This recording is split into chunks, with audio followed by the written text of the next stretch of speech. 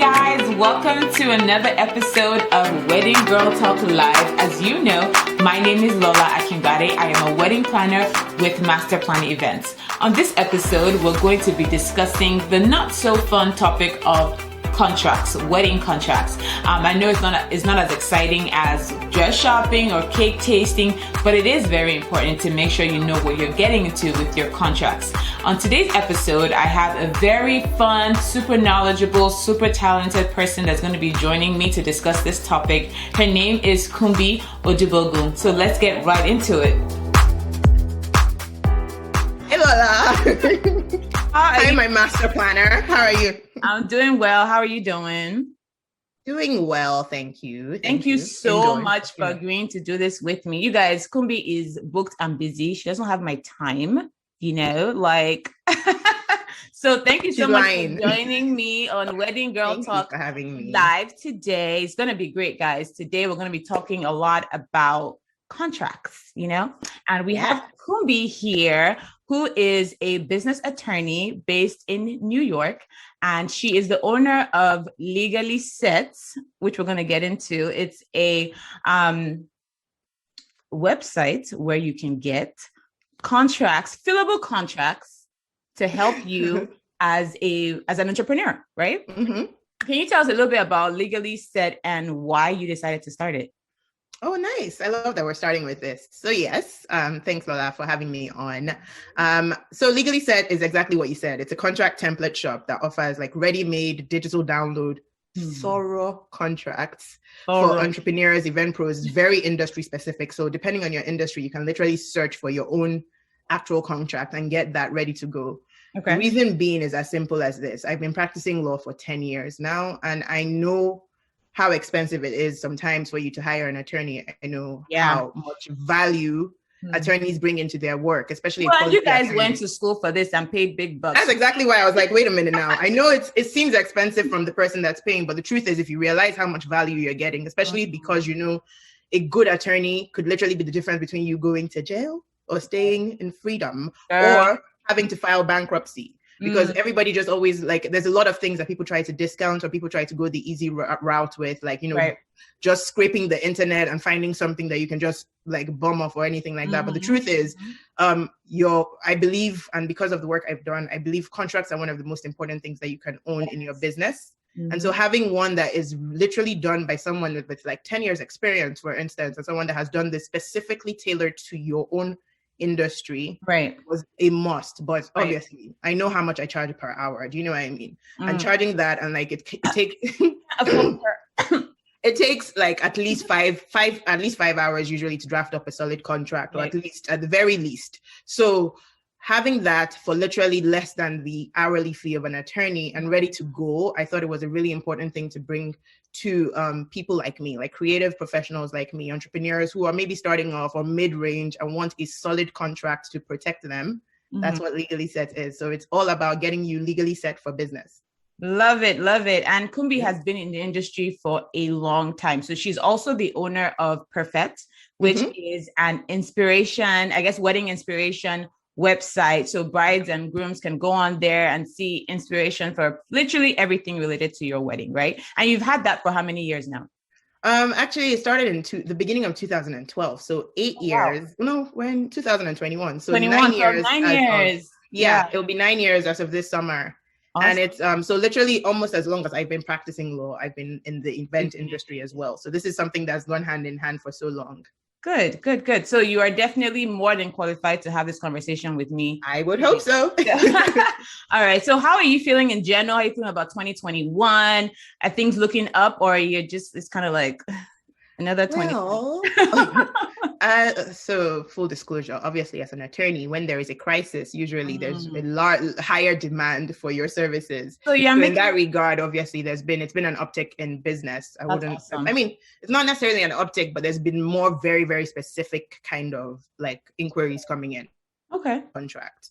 Okay. But beyond, and then on the other side with my publication, Perfect, there's also that, because it's obviously event pros are going through a lot right now. The event and hospitality industry in general, not even just event pros, but the couples as well. Lots of postponements, lots of all of that. So there has been an interesting response to that. You would think that it would cause a decrease in like searches and things like that in terms of traffic.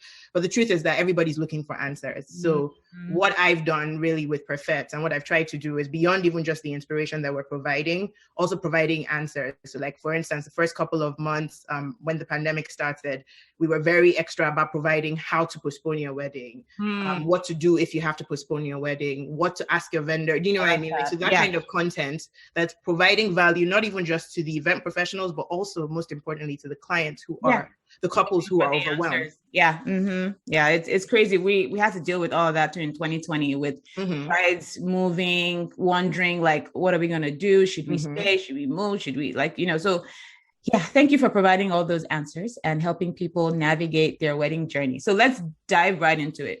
So today we're going to be talking about the importance of having contracts with your, I guess, vendors as a bride or a groom, because we know that there's some couples out there that may not necessarily hire a planner to plan their wedding. So people are doing this on their own. So this information is for people that don't have, I guess, their planners or whomever to give them advice on what to look out for in wedding contracts. So let's start off by talking about why it is important to have a contract with every vendor. Why is that an important thing to do? Great question. And the question that, oh no, I've never heard it before. I'm joking. Because I think it's something that everybody always, it's so funny. Like, this is a question that comes up even with clients. Like, you know what I mean? Like people, not even just at speaking engagements, with people in general. Like people always feel like, okay, but I've never really had an issue. Even I've spoken to people that have been in business decades. Like, okay, my clients have it's never been a bad thing. But the truth is that experience will humble you in a heartbeat. Quickly. It will humble you quick. Pandemic or no pandemic. So even in light of the pandemic, let's talk about why you need a contract. A contract is literally your first line of defense as to what conversation or agreement was made between two parties. Okay. So the first thing is that it's a proof of receipt, basically. Okay. It's a proof that you and this person entered into an agreement that this person would A, provide you this service, and you would pay B, provide this in return. Right. So if it's a payment, whatever it is, this is the reason why you have a contract, because nothing sucks more than having to go somewhere and you know that somebody has screwed you over and you have no proof of an actual agreement, no proof of that. And then you find yourself having to defend yourself or prove that you are the one that when you're the one that has been like wrong, I guess. Wrong. Right. Find yourself getting into getting into the defensive there. But what will end up happening, whether you're a couple like that's getting married or if you're a vendor and providing the service, that is the first place you can go when something goes wrong. Okay. Where there's any kind of confusion as to how to handle something, your contract is there. So for me, that is number one. Like, it's the reason why, like, a contract is literally going to be the difference between you being in business and you not being in business, or you keeping your money and you not keeping your money in light of a cancellation or a rescheduling. Right. So for me, that's number one, and that should really honestly be the only reason. Sometimes it's obviously. So then it should be written based on what. Well, I like it. For the interesting thing about it is that in contract law, for instance, like anything over $500, if you're selling a product, if it's a product sale, has to be in writing under something called the statute of frauds. It's basically a way that says that that's how you make a legitimate contract for any sale of goods over $500. That's typically the uniform law in that. With service providers, obviously, there's no specific mention in that regard, but you can imagine that with a service provider, then you're depending a lot on he say, she said, right? He said, she said, especially if it's something that's if it's future performance. Yeah. And the person is not paying everything. So you want to be very clear as to how money is moving around. Right. Yeah. Okay. So obviously, number one, your contract should be in writing. Something should be there needs to be writing. So that you're not talking about, it's very hard to convince a court and it's very hard to prove an oral agreement.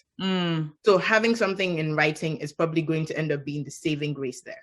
That's good. That makes sense. So what if your family member, like your sister or your brother or your cousin or like a really close friend, is providing you a service? Should you still have a contract with that? I believe so, 100%. See, I'm Nigerian, so I do understand the whole context of like community activity in terms of like, this person pitching in and this person pitching in. But I also, like I said, again, I am Nigerian, so I also know that people tend to forget stuff really quickly and people start to get out of hand really quickly, all because of a familial or friendly relationship between two parties. All of a sudden you start to take what I call the piss. what we all call the piss. Like when you start taking the piss and taking advantage of the fact that maybe I am providing this service, right? Or you are having a friend do it because you were trying to save money, or maybe because you wanted that person to be involved. Right. Even if it's a one pager, just do it. There has to be something in there. There has to be an agreement, because all of a sudden auntie so and so or brother so and so doesn't remember that this is what we discussed. What we are if like, and most importantly, if you are giving them some kind of, if one, an event is like one of the most emotional and most important days, like regardless of what it is. Like if you're spending money on an event or production of an event, there is not just money vested in it, there's emotions vested in it in some way or the other in terms of the results. So you want to be able to have some kind of claim there, and you want to be able to at least set the expectations as to what you're looking for. Because I don't know how many times you've seen what I ordered versus what I got, like on Instagram and stuff like that. There's nothing worse than a disappointment. Those side by sides never seem to come together. So I think there's like, to avoid disappointment, 1, 2, and also that you can have a legal claim against the person, or legal claim against, like, for something, especially when it comes to your money. Right. Like, it's like, please put something in writing. Yeah. And I always tell my clients, like, even when they have a family or a friend, I'll just tell them that, you know what, I'll be the bad person and I'll reach out to that family or friend and take advantage of your planner. Right. Like I will tell them, oh, on behalf of blah, blah, blah, I'm just reaching out. I just want to make sure you have all the information, blah, blah, blah, just so that it doesn't feel somehow coming from their sister or brother. Right. Yeah. I think also, this is not the legal side here, so please don't quote me on it. But like, even as an event enthusiast, like I like to call myself, I think it's also important. Like it also sets the tone of how you know you're going to be addressed or whatever. Before somebody mistakenly slaps you because you're talking to them anyhow because they didn't provide something that they were expecting. It sets the tone. Like it will set the tone as to how, you know, something about it. And I know this is very frivolous and it might seem like very surface, but a contract also gives you a professional vibe. Like it gives an expectation of like, okay, so this is not some mom and pop experience. Even if you are the vendor that's like maybe you're the friend that's providing the service to the thingy, it was like to the person, like to your couple or to your cousin or whoever it is, it will set the tone in terms of like how you're coming correct from the address. Like this is a serious. This is how I want to be doing, so that somebody isn't texting you at 2 a.m. in the morning and talking about, oh, but I know you're on Instagram now. Like, why aren't you responding? Like, set the tone and set the vibe for how you want to be addressed. That is kind of annoying as a vendor. Like, oh, I just saw you post. Why didn't you respond to my email? This is my me time. This is my time to unwind. Girl, that is exactly why you have office hours in your contract. And you let them know when you will be responding to emails. Let them know when you are actually available. So that somebody is not following you on Instagram and saying last seen online 2 seconds ago. Like, that's not your that is not your business. What I do is mine. I totally let's just leave that. Feel it. I don't want people to watch this video and be like, no, we're not hiring her because she's no, but you feel it. So that's all that matters. Yeah, exactly. So with everything going on with COVID, what have you seen has been one of the biggest changes in contracts with vendors? Okay, so for sure, it's all like there's usually like 3 bells of the, maybe 4 bells of the ball when it comes to your like COVID contracts. Like for one, you need to be very clear as to how you're dispersing payment. Like that one is not even necessarily, it's COVID neutral. That's what I call it. Right. But it's like a COVID neutral clause in that regardless, you need to be very clear as to what payment is non-refundable, but also like how you be paid. Are you receiving payments on a month? Are you making or receiving payments on a monthly basis? Right. Are you making or receiving payments like that are non-refundable under any circumstance? Okay. Refundable retainer in the event that something does happen. So that one from the beginning, that has to be very clear. Okay. Also, I think for me, like in terms of, and I think for anybody, and I'm sure you can relate, Lola, postponement and cancellation language are literally make or break. Yeah. They cannot be ambiguous. They have to be clear. Very clear. For a lot of my clients, they don't even make it. There's no confusion now, especially since COVID was like COVID is ongoing, but it was last year that it was a surprise. So this year it's no longer a surprise. You should learn. Don't let it catch you by surprise anymore. Yeah. Exactly. So now, like in contracts, you will start to see more things like regard for any reason. If you're postponing for any reason. So if somebody gets pregnant, if somebody like catches COVID, or if there is any reason, because you have the knowledge there is an ongoing pandemic now, you have to bear in mind that you will start to see that. Like, if this is being postponed for any reason, this is how it would operate. Some people have COVID clauses still to be empathetic to, like, empathic, whatever the word is, to their clients or whatever. So there are situations where it would be like, okay, in the event that there is a government lockdown, for instance, this is how it will proceed, and you are unable to actually, because the government lockdown will always be a surprise, technically. The government lockdown means that you are literally, there's an impossibility aspect there in terms of being able to actually perform the event. So in that event, there might be an option as to how the procedure will go. But like I said, a lot of things are no longer a surprise, and anybody that's going into a contract now is going in there with a full and informed mind. Because I mean, short of a meteor coming down on Earth now, that is not like COVID been here. Right, exactly. So I think postponement and cancellation language would need to be clear. And in the event of a postponement, especially for, and I know this is geared towards client, like couples more than anything else, you want to be very clear as to if you will be getting any money back, or if it's just going to be a transfer of credit, and if there's going to be any increase in fees for the new date. Right. And then you also want to be very, very like clear as to how long you have to pick a new date in the event of a postponement, or in the event that you are unable to have the event on the date that you have scheduled. Because sometimes, and I think obviously it's good for the pros that there's a window, like you don't want to keep a pro hanging for like 3, 4, 5 months waiting for you to pick a new date when they are trying to accommodate you, other clients, when they're still actively booking other clients. So having something like making sure that is it a 30-day window in which you have to come up with a mutually available rescheduling date. In that case, just make sure that you're on top of it so that you are not found in breach, and so that you're not losing your coins. Right. Same thing with the cancellation clause. What happens if for any reason you decide to terminate this contract? Like if you decide to terminate this contract on your own doing or your own choice, not for breach, what happens? Are you getting any money back? Or especially if you will find that with most planners, because they begin performance of their own work from the minute they are booked. So most of the time, by 60 days out, 90 days out, they've already earned their money. All that money, Yeah, so like, because I know that a lot of people have tried to pull, like, fight with their planners and that thing. But the truth is, a planner is a project manager and an operational manager that's working from the beginning of the event. So like beginning of the, from the contract. And the contracts, Yeah, so you will see more non-cancellation options. You see like not harsher, but more firm cancellation language in a planner's agreement.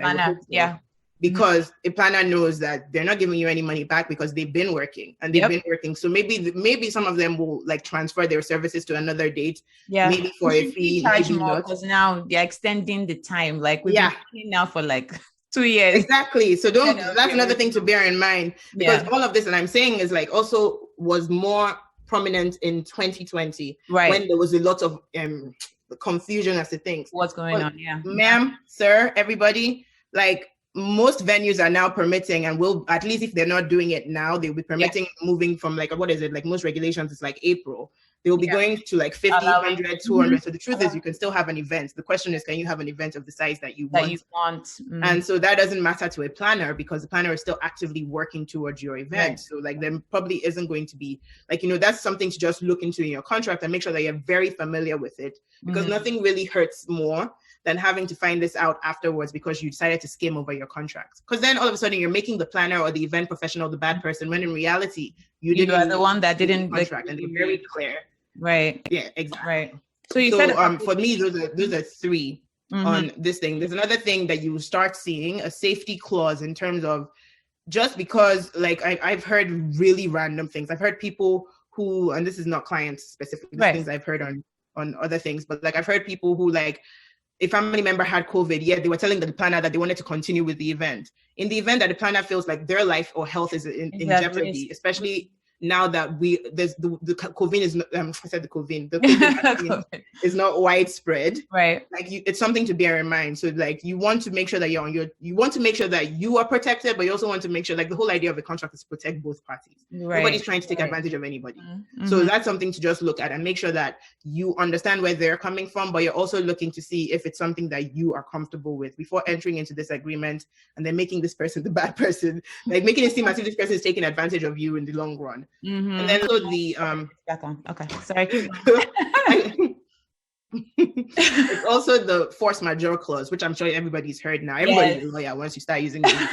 Like the force majeure clause. You want to be clear about that too. You want to also make sure that it's clear as to how things will proceed if, like, okay, so yes, in the event that there is a lockdown, and then maybe you're not able to have, like, you're going from like a significant reduction in size, maybe to 10 people or 5 people, which creates a frustration of purpose for the kind of event that you had planned to have, right? Or something like that. You want to have language there, and you want to at least make sure you understand that clause. Most importantly, I was just about to say that the mistake people have been making is that they've just been taking a lot of like a lot of things that are traditional contract language. They've just been skimming over it and moving on without having, and this is something that goes both sides.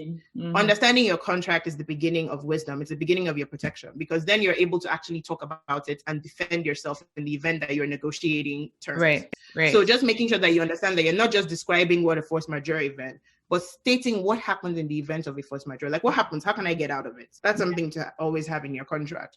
And then this goes in, and the last one for me is also just checking out the liability clause. Like, and this is for the vendors, this is most important, to make sure that you're limiting your liability, obviously. But as the person that is being contracted with, you also want to check and make sure that there's no there's nothing that you're uncomfortable with there in terms of the liability. Some of it is very traditional, but you still want to make sure there. You also want to know who's responsible for, like, especially in a planner client relationship. You want it to be clear who's responsible for the other vendors, like who's responsible for the liability of other vendors. And usually what will happen is the planner is not responsible for the vendors. Like, they might be the ones supervising everything, but you're contracting separately with all of them. Right. So, like, if the florist F's up on that day, that is not that person's business. And that way, you know who to, the reason why I'm telling you to read it is because then you know who to go and approach. When there's a problem, or you know who to direct the planner to go and approach, instead of just bringing this planner into a lawsuit that they have no business. Right. Those for me are very important. You hit so many points. I was trying to take notes to remember the things I wanted to respond to. I will start with the liability one. I remember I had a lawyer groom one time. He would absolutely not sign any contract that had any liability clause in it. He was like, tell them, take it out. I am not going to be responsible for anything. Because one of the contracts had something like, I think it was for one of the production companies, maybe like a lighting company or something. And in the clause, it said something like, if something happens to their equipment on site or something like that, that the couple will be responsible for paying for if anything gets damaged or broken or something like that. And the groom was like, nah, I stick it out. Like, he's not going to sign that. Oh, yeah. Because he didn't want to be responsible for any of the equipment breaking or anything like that. Yeah. Okay, see, that one is always like, yeah. See, like, you see, that's the thing. That's what's going to end up happening if you have it. Right. Everything. I'm like, At the same time, and obviously this is me putting my event pro lawyer hat on, there are a lot of things that you should be firm on, because what you're not going to do is be liable for somebody else's thing. And the truth is that even with limitation of liability clauses, like there are certain things like by law that are not covered there. Like, we're saying limitation of liability, like you're limiting it to basically how much, like, for instance, the vendor was paid or anything, and that's how much you be getting. Exactly. But let me tell you something. If somebody stabs somebody, or if there's some kind of gross, like, full negligence act there, then we're going to go and dictate whether or not that limitation of liability works in your contract. So there are certain things under law that might not be protected, but it's good to always have a solid clause there. And I mean, another thing that, and this is more to the event pros, but also to the clients, to the couples, not be afraid to negotiate the terms of your agreement. Do not be afraid to negotiate. But at the same time, I'm going to say it to my vendor family here, like, be prepared to be getting more client pushback over this next year, because clients are getting more versed, they're getting more knowledgeable, especially when it comes to contracts. And obviously they're more hesitant now to sign into something that's going to hold them for X amount of times if there's any kind of cloud of uncertainty. But it's just good for you to know this, and this is the reason why you get a lawyer in the first place.